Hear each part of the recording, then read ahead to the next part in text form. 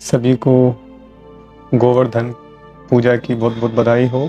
आज गोवर्धन की पूजा कर रहे हैं सभी लोग। लेकिन गोवर्धन पर्वत का वास्तविक अर्थ क्या है ये हम जाने। गोवर्धन पर्वत बहुत बड़ा है। कहते हैं श्री कृष्ण जी ने उठाया और इंद्र के प्रकोप से बचाया। वो गोवर्धन पर्वत उठाना कोई मामूली बात नहीं, कोई मनुष्य की बात नहीं जो मनुष्य उसको उठा सके।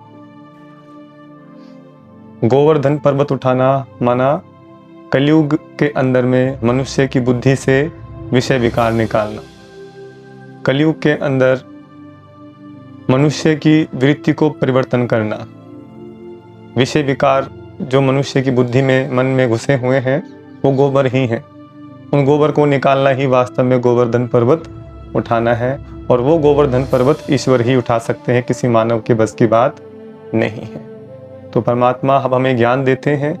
गोवर्धन पर्वत को क्या कहते हैं? गिरिराज कहते हैं, गिरिराज पर्वत। तो गिरिराज का मतलब है गिरिराज, आत्माएं कैसे गिरी, मनुष्य का पतन कैसे हुआ, इसका राज परमात्मा हमें बताते हैं।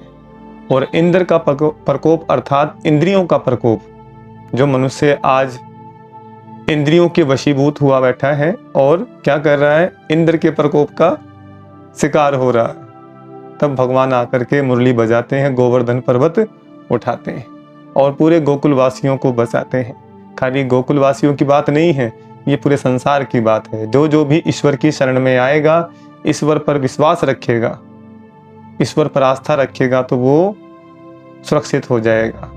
उसको तूफान सताएंगे नहीं, माया के इंद्र के तूफान, इंद्रियों के तूफान उसको सताएंगे नहीं, वो सेफ और सुरक्षित रहेगा।